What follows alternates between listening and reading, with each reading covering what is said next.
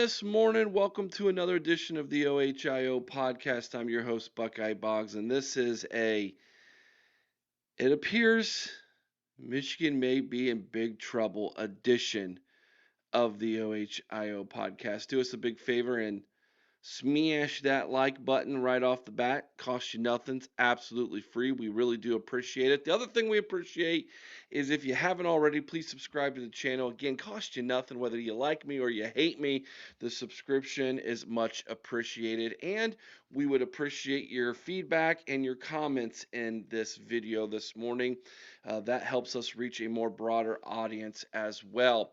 Well, the news coming out of Ann Arbor is rather juicy here at the end of this week. It appears that the Michigan Athletic Department and one Ward Manuel is finally starting to negotiate through his lawyer team, his legal team, with the NCAA concerning the allegations of advanced scouting cheating that was done from 2021 through 2023 with one Connor Stallions, aka the Netflix star. Um, these negotiations aren't going well for Michigan. Michigan has legally admitted, that they have broke 8 NCAA rules. That is what they are saying. The NCAA is saying it is much greater than that. And so this tug of war between Michigan and the NCAA is getting rather juicy, to say the least. Now, before we get any further here, let me clear the air with some of you. So a lot of you know my stance on this. I don't doubt that Michigan has cheated. I don't doubt that Connor Stallions had a huge impact in the games from 2021 through 2023. I don't doubt that at all. What I do doubt is the NCAA's ability to hand out punishment to the degree that many within the Ohio State fan base are claiming that it's going to be or would want to see. That is where my doubt lies. It is not in what they did. My doubt is in what the NCAA can do. And I have taken that stance from the beginning, that even though there may be punishment, I'm kind of waiting. I'm going to wait and see what happens, because I got to see it to believe it. I'm Missouri on this one. I'm the show me state here, guys. I just feel like the NCAA is a toothless organization. It is an illegal organization in a lot of ways, and the NCAA has continually lost its power and grip over college football for the last better part of 4 decades. And that grip is basically on life support, as I like to say. And I don't know. Maybe Michigan is gonna be their last hurrah. Maybe this will be like the last breaths of life from the NCAA as they hand out some serious punishment to the team up north. And it couldn't happen to a better group of people if indeed that is the case here. But let's start from the beginning and work our way through here, because um, by the time I get to the end of this video, I'm going to give my opinion again, once again, on what I would like to see done versus what I think is going to be done. But before we get there, let's go back to the beginning, because this all stems from the fact that so many people, including Jim Harbaugh, do not want to admit the truth in that they have cheated. Now, remember Burgergate, which is completely separated from what we're talking about right now. The NCAA doled out punishment to Jim Harbaugh about illegal recruiting during the COVID time, COVID sanctions, if you will, where you weren't allowed to have in-person recruiting, and Jim Harbaugh did so. He paid for a cheeseburger. There was a receipt for that. So they knew that he was doing in-person recruiting when he wasn't supposed to be, and they had the receipts literally to say, "Hey, dude, you're cheating. You're breaking the rules." Now, the problem that wasn't necessarily that Jim Harbaugh was doing in-person recruiting when he wasn't supposed to be. that would have been a slap on the wrist. The NCAA would have said, bad boy, Jim. But this was a continual um, series of Jim basically turning his nose up at the NCAA and saying, I don't care about what your rules and regulations are. I'm going to do whatever I want, and I don't care. And it wasn't that he did it, it was that he lied about it. That was the problem. Now, here's the issue I have with Jim Harbaugh about that. I'm going to play a clip for you.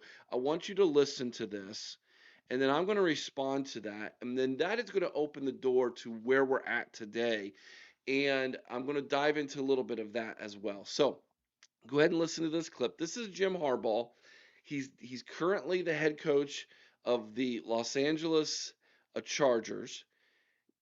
Allegations came down about Connor Stallions, the cheating scandal, etc. And this is response to that. This is not his response to Burgergate. This is his response to cheating and advanced scouting with Connor Stallions. I want you to listen to this. Listen very closely what Jim Harbaugh says. Yeah, I do have a comment on that. Never lie, never cheat, never steal. I was raised with that lesson. I have raised my family on that lesson. I have preached that lesson to the teams that I've coached. No one's perfect. If you stumble, you apologize, and you make it right. Today, I do not apologize. I did not participate, was not aware, nor complicit in those said allegations. So for me, it's back to work and attacking with an enthusiasm. Do you really believe that? Do you honestly believe, while standing there pounding that pulpit in Los Angeles, stating that he was raised on no cheating, no lying, and no stealing, and that he has preached this to his teams, that he did not steal, lie, or cheat? Well, first off, he lied about Burgergate, so there's strike number one. Has he ever publicly apologized for that? The answer is no. There's been no public apology about him lying about breaking the rules and lying to the NCAA. So even in his own little sermonette there, where he talks about, hey, if, no one's perfect, and if you make a mistake, you own up to it. He hasn't done that himself. And then on top of that, he says he had no idea about Connor Stallions and this cheating scandal, right? No clue. There's literally video footage of him handing a game ball to Connor Stallions on Netflix. Is this AI generated, Jimmy? No, it's not. Of course you knew.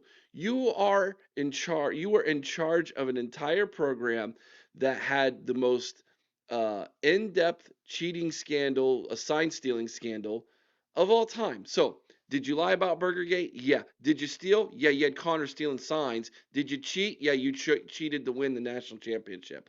You did all three of those things.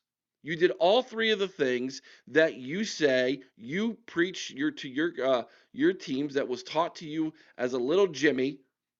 You did all three of those things. You are a hypocrite. You are the very thing that you say you are not. You are in completely 100% hypocritical. And Steve Dace, I hope he watches this video. Steve Dace, he is the very thing that you preach against. He's being very democratic and blaming the thing that he did on something else.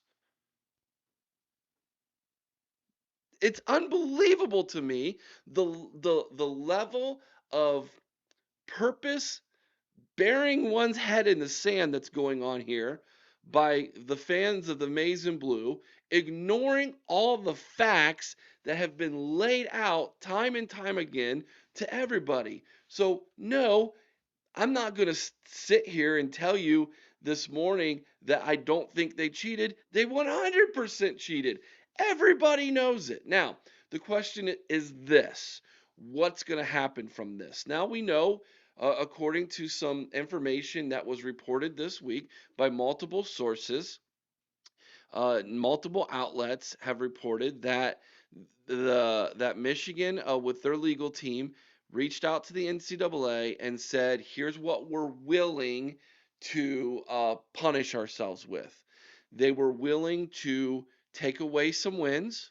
They were willing to give themselves a 1 year bowl ban, and they were willing to give some of their coaches show causes. Okay, let me break that down. How many wins were they willing to take away from their existence here? I'm guessing that they were probably willing to take away a handful of games, a handful of games that they think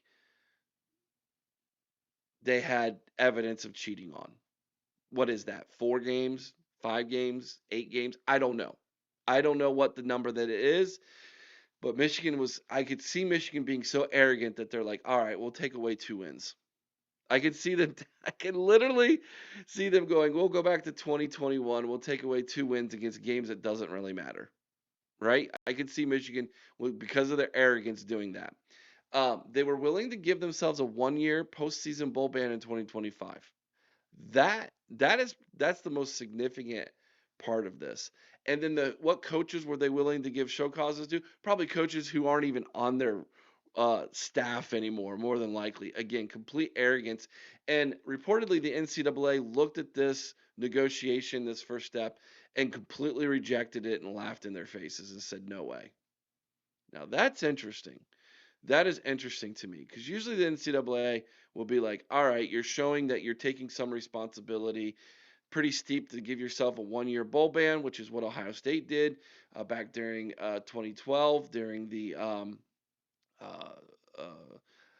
uh, Tattoo Gate from 2010, right? So, okay, I can see Michigan saying we're going to do the same thing, but that's not enough to the NCAA. It wasn't enough to them. So, interesting response. Now, that's what has been reported. Now, where does the truth lie in that? So what happens in these negotiations, and I've been a part of a lot of negotiations before, is you set your bar very high, they set their bar very low, and somewhere in the middle is where it normally lands, right? So the NCAA is probably saying we want a 5 year bowl ban, we want 3 years of games taken away, we want your national championship taken away, and we want a I don't know, all the coaches who were on those staffs to have show causes, right? That's the high bar here. And Michigan just came up with the low bar. So somewhere in the middle is going to be the truth. Now, my prediction, my prediction has always been that Michigan was going to drag this thing out in the court system. That Michigan was going to get the lawyers involved, which they have, and that they're going to drag this thing out for years to come in the court system because they were taking the stance that Jimmy took, and that is he was gambling with the NCAA, saying, look, I don't think the NCAA has any cards to play with, and so it doesn't matter what they do. I'm going to do whatever I want. And so that's what Jimmy did. Now you can say, yeah, but the NCAA gave Jimmy a show cause. Yeah, after he left Ann Arbor, went back to the NFL, which he had been trying to do for like 4 years previous to that. Okay, and so it didn't matter. That didn't matter to Jim. Jim, who cares, right? Whatever. So and again, that's separate. That's Burgergate. We're not talking about Burgergate here. So all of that, all that being said, here's what I think is going to happen. I think Michigan is threatening that we're going to drag this thing out. The NCAA is threatening we're going to drop the hammer on you. The truth's going to lie somewhere in the middle. At some point, they're going to come together and um, they're going to compromise. And if it's acceptable for Michigan in this compromise, then they'll accept the punishment and it won't go through be drugged out in court and for years to come, litigation, etc. But there is an issue with this. And the issue is this. Michigan's recruiting has been pretty good in all honesty from the second part of 2025 into 2026. They were able to flip Bryce Underwood, right, from LSU, kept him home, cost him a lot of money to do so. but they were able to flip him, and recruiting's been pretty good. A postseason ban beyond 1 year will really affect recruiting. Even 1 year might affect the current roster, but beyond 1 year will really affect not only the current roster, but it will really affect recruiting moving forward. Michigan knows this. That is why I think they started with, hey, we'll do 1 year, thinking we could probably survive 1 year. Count this 2025 as a kind of like a, hey, we know we're gonna not gonna have a postseason. We'll go super young. We'll take our licks, but we're building for 2026. Keep the roster together. That won't hurt recruiting. That's probably what they were thinking. Now, I said NCAA might start with 5. What if it's 3? That means the compromise will be 2. A 2-year bowl band, all right? And I think the NCAA is going to want to take away wins, and I think Sharon Moore might get a 1-year show cause. That would be the compromise. What wouldn't happen then in that compromise is seeing their 2023 national championship vacated. And that's interesting to me because at the end of the day, I don't think the Big Ten wants to see that vacated either.